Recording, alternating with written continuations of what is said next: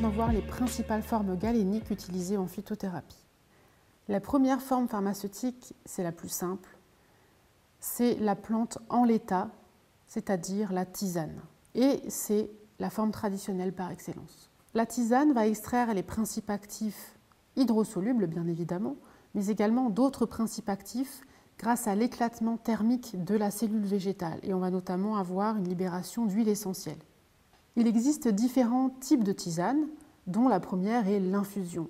Pour une infusion, vous portez l'eau à ébullition à 90 degrés, c'est-à-dire une eau avec des petites bulles et pas des grosses bulles, sinon l'eau atteint 100 degrés et on préfère éviter. Vous versez l'eau à ébullition sur la plante, vous fermez, c'est-à-dire vous couvrez si la plante est aromatique pour éviter l'échappement des huiles essentielles et vous laissez infuser en moyenne 10 à 15 minutes. Pour une macération simple, à chaud ou à froid, on met en contact la plante de façon prolongée dans l'eau chaude ou froide. Pour une décoction simple, vous placez la plante dans l'eau, vous la portez à ébullition pendant 10 à 30 minutes à couvert et ensuite vous laissez en contact pendant 10 à 60 minutes à couvert également. Pour la digestion, la plante est mise en contact avec une eau qui reste à 37 degrés pendant un temps déterminé. On peut aussi faire une décoction-macération, c'est-à-dire qu'après la décoction, vous laissez la plante en contact avec l'eau pour un temps plus long, par exemple toute la nuit. Pour des parties plus dures, type racines, écorce, on fera plutôt soit une infusion, soit une décoction pendant environ 1 heure. Il est aussi possible de démarrer pour un mélange, par exemple avec des écorces et des feuilles, de démarrer avec une décoction avec les parties dures, type écorce, et ensuite de réaliser une infusion des feuilles dans la décoction que vous venez de faire. Pour l'aubier de tilleul, par exemple, on réalise une décoction et elle va durer 20 à 30 minutes, le temps que le bouillonnement de l'eau fasse qu'on obtienne 1/3 du liquide initial. Et ce liquide va être rouge très intense et ça montre qu'on a atteint finalement le volume recherché. On peut également réaliser une macération de graines de lin pour un effet laxatif. Donc c'est simplement une macération à froid qu'on va pouvoir mettre en route le matin dans un verre d'eau et ensuite on attend toute la journée. Et le soir au coucher, on va pouvoir boire le liquide qui contient maintenant tous les mucilages du lin et qui va permettre de réhydrater les selles et d'avoir un effet laxatif doux.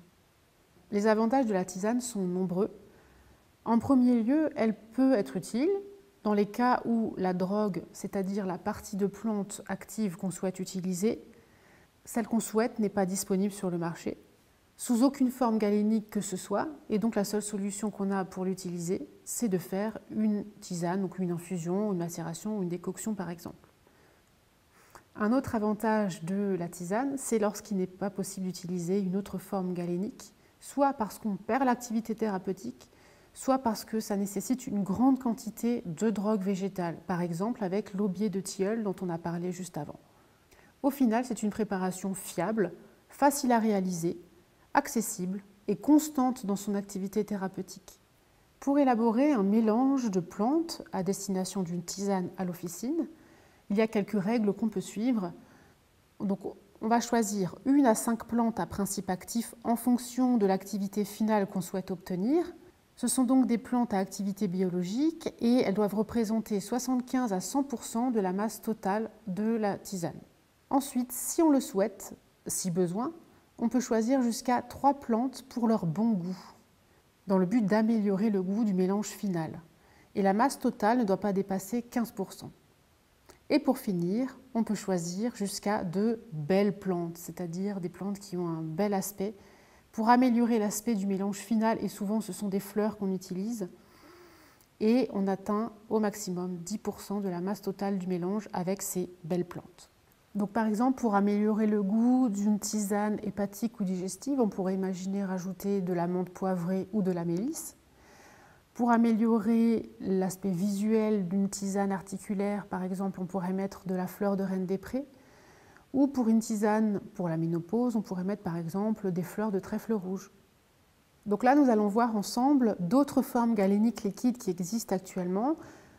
Ce sont les plus répandus. Il en existe en fait beaucoup d'autres, comme par exemple des vins médicinaux, des oxymels ou des vinaigres. Là, j'ai vraiment choisi de me focaliser sur ce qui est le plus répandu sur le marché. Et nous allons les voir en détail ensemble. Donc vous voyez sur la gauche qu'on peut partir de la plante ou de la drogue, c'est-à-dire la partie de plante qui nous intéresse, à l'état frais, qu'ensuite on va réaliser un séchage, donc on obtiendra la plante à l'état sec, et puis qu'ensuite on peut réaliser une pulvérisation pour obtenir une poudre de plante. Avec la plante à l'état frais, on peut réaliser un cryobroyage qui va nous permettre de réaliser deux types d'extraits. Le premier extrait, c'est l'extrait fluide de plantes fraîches standardisées en haut à droite, qu'on appelle aussi EPS, dont la Rolls-Royce de la phytothérapie et les produits PhytoPrevent.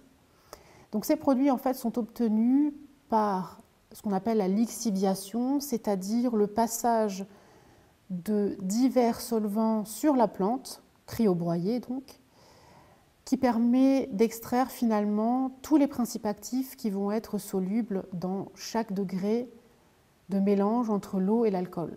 Donc ce qu'on fait en général, ce que font les labos, c'est qu'ils partent d'un mélange avec 80% d'eau ou 70% d'eau et 30 ou 20% d'alcool, d'éthanol, et ils vont faire passer ce mélange sur la poudre dans un système qui permet dans un système en fait avec des trous en bas, très très fins, qui va permettre de faire passer cet extrait dans un récipient.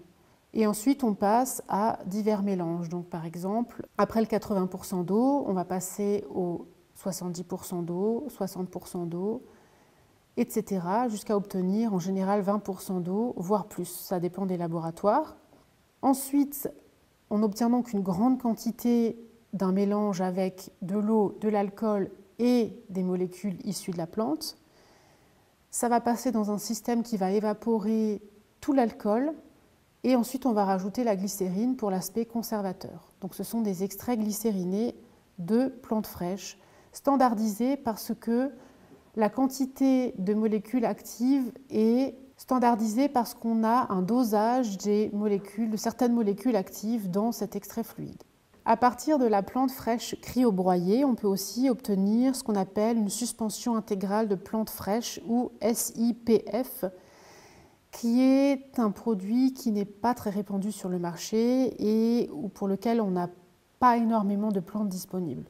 Cette suspension intégrale de plantes fraîches, elle est obtenue par macération dans de l'éthanol à 30% en général. Ensuite, on procède à une concentration par centrifugation, puis ultrapression moléculaire. Cette suspension intégrale de plantes fraîches, elle est obtenue par macération dans de l'éthanol à 30%.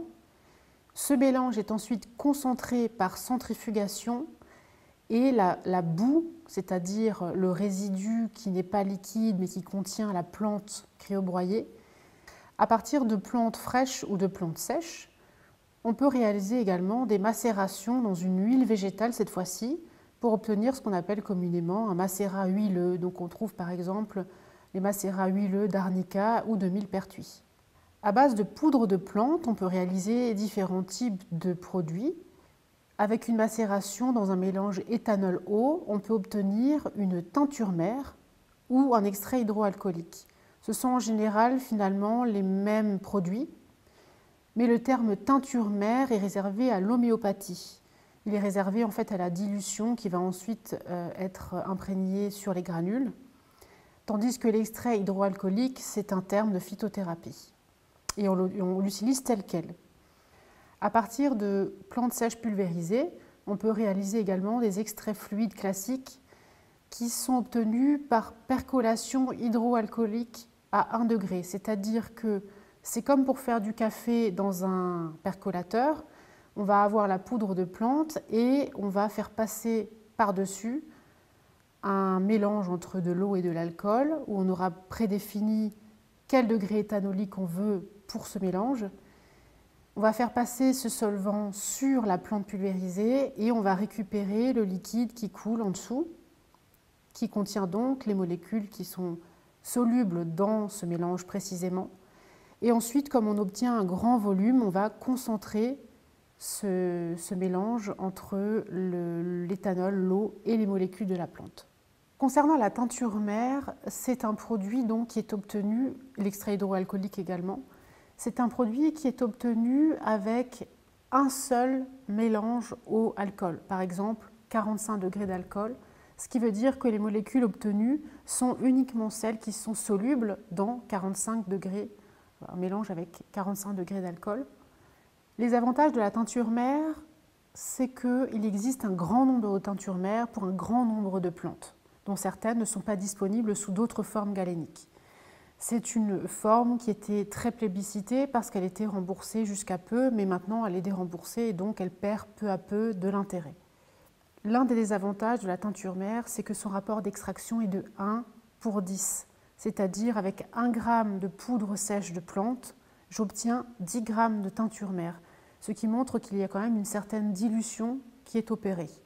L'autre désavantage de la teinture mère, c'est qu'on utilise un seul solvant pour l'extraction. Donc si par exemple j'ai un solvant hydroéthanolique à 45 degrés, je vais obtenir les molécules qui sont solubles dans ce solvant précisément. Mais je n'aurai pas forcément des molécules qui sont solubles dans l'eau pure et je n'aurai pas forcément des molécules qui sont solubles dans 90% d'alcool. Concernant les extraits fluides, on a à la fois la concentration qui est plus élevée qu'une teinture mère. On peut dire que c'est environ 50 fois supérieur au niveau de la concentration, ce qui fait que l'utilisation et les dosages seront bien évidemment différents et adaptés. L'autre différence entre les teintures mères ou les extraits hydroéthanoliques et les extraits fluides type EPS, c'est que les EPS sont obtenus en utilisant différents solvants avec différents degrés éthanoliques. Et donc on va extraire quasiment tout ce qui est dans la poudre de plante qu'on va utiliser. Et donc avec cette précision sur les extraits fluides type EPS, ça nous amène à la notion de totum et de synergie. Donc qu'est-ce que le totum d'une plante? C'est la totalité des principes actifs qui sont à l'origine de ses propriétés biologiques. Et ces molécules agissent en synergie, c'est-à-dire que l'activité globale du totum est supérieure à la somme des propriétés des principes actifs pris séparément. On pourrait dire finalement que l'effet synergique, c'est 1 plus 1 égale 3. Alors on a un exemple avec l'acide ascorbique, c'est-à-dire la vitamine C. Dans les plantes à vitamine C, type argousier, acérola ou églantier, la vitamine C et les flavonoïdes agissent en synergie, c'est-à-dire que les flavonoïdes augmentent la biodisponibilité de la vitamine C d'un facteur 10. Ça nous amène donc à abaisser la dose de vitamine C nécessaire à ingérer à 100 à 200 mg au lieu de 500 ou 1000 mg pour la vitamine C synthétique. Et au final, on aura la même quantité de vitamine C dans le sang. Et c'est finalement ça qui nous intéresse.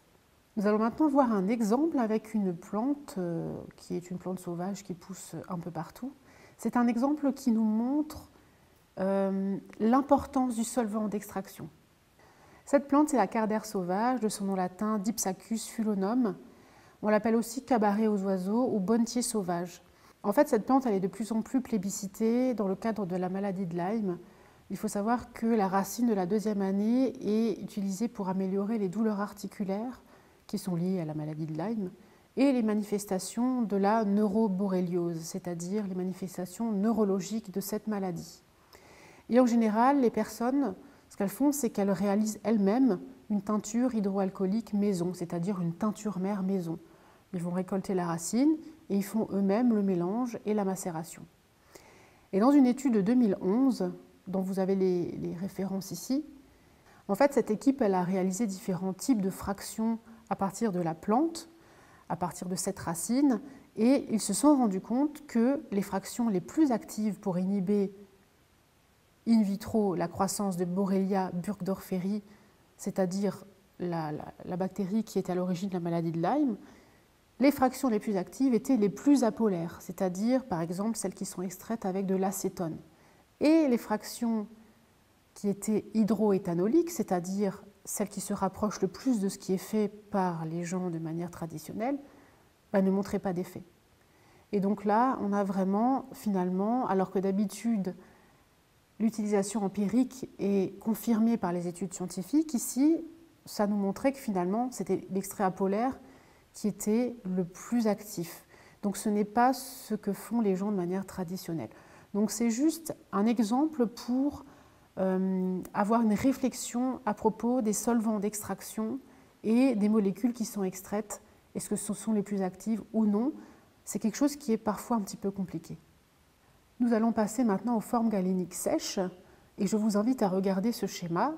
Donc vous avez à gauche une plante à l'état frais qu'on va sécher et qu'on va ensuite pulvériser pour obtenir une poudre de plante. Cette plante ensuite, elle est extraite avec un solvant, un petit peu comme ce qu'on a vu avant avec les formes liquides. En général, c'est un solvant hydroalcoolique, mais pas forcément. Et ça peut être ou pas par lixiviation, c'est-à-dire utilisation successive de différents degrés hydroalcooliques. On obtient ensuite un extrait liquide et c'est vrai que souvent il y a beaucoup de liquide. Il est donc intéressant d'évaporer ce solvant pour obtenir un extrait sec. Ce solvant il peut être évaporé par lyophilisation ou par nébulisation. Il est à noter que l'extraction se fait uniquement pour les principes actifs solubles dans le ou les solvants utilisés, comme on avait vu précédemment. Alors, ce qui est intéressant, c'est que la plupart des principes actifs se dissolvent dans l'eau et ou l'alcool, mais pas toujours, comme on l'a vu avec l'exemple de la cardère sauvage, et que l'évaporation du solvant concentre bien évidemment les principes actifs, et c'est ce qui nous intéresse aussi, c'est finalement de pouvoir avoir un extrait sec qui va être facilement transformé en gélule ou en comprimé. Le rapport d'extraction pour les extraits secs est en moyenne de 5 pour 1, mais il peut varier de 3 pour 1 à 10 pour 1, c'est-à-dire qu'on obtient 1 g d'extrait pour, par exemple, 5 g de poudre de départ ou 10 g de poudre de départ. On voit donc bien qu'il y a un facteur de concentration assez important. En ce qui concerne les gélules, on peut trouver des gélules de poudre de plante ou des gélules d'extrait sec de plante. Donc ce n'est pas tout à fait la même chose et les posologies sont légèrement différentes. Pour les gélules de poudre de plante, en général, c'est 3 à 6 par jour pour un adulte. Et pour les gélules d'extrait sec de plante, c'est 3 à 4 par jour pour un adulte aussi.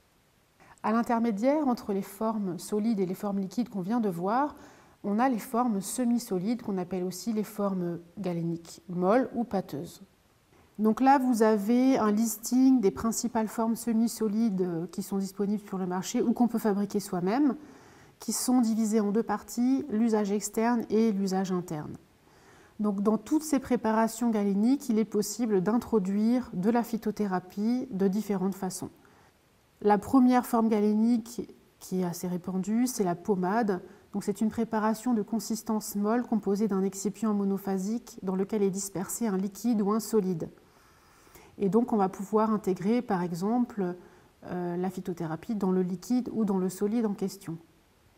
La crème, c'est une préparation multiphasique avec une phase hydrophile, donc aqueuse, et ça peut être par exemple une infusion, et une phase lipophile huileuse, et ça peut être par exemple un macérat huileux. On rajoute également des tensioactifs et un agent épaississant. Le gel, c'est une préparation constituée de liquides gélifiés avec des agents gélifiants. Donc le liquide, par exemple, peut être une tisane, type infusion, macération ou décoction. La pâte, c'est une pommade qui contient beaucoup de poudre. Et cette poudre peut être, par exemple, de la poudre de plante. Le sérat, c'est une préparation à base de cire et d'huile avec ajout d'autres ingrédients possibles, comme par exemple dans le sérat de Galien. L'onguent, c'est une préparation à base de corps gras et de résine dans lequel on peut ajouter également d'autres ingrédients. C'est par exemple souvent des huiles essentielles, mais ça peut être également d'autres ingrédients. Et le baume, c'est une préparation qui ne contient pas nécessairement de résine, qu'on réalise à partir de corps gras liquides et solides et dans lequel on ajoute éventuellement d'autres ingrédients. Pour l'usage interne, on a notamment les suppositoires et les ovules dans lesquels peuvent être intégrés également des éléments de phytothérapie.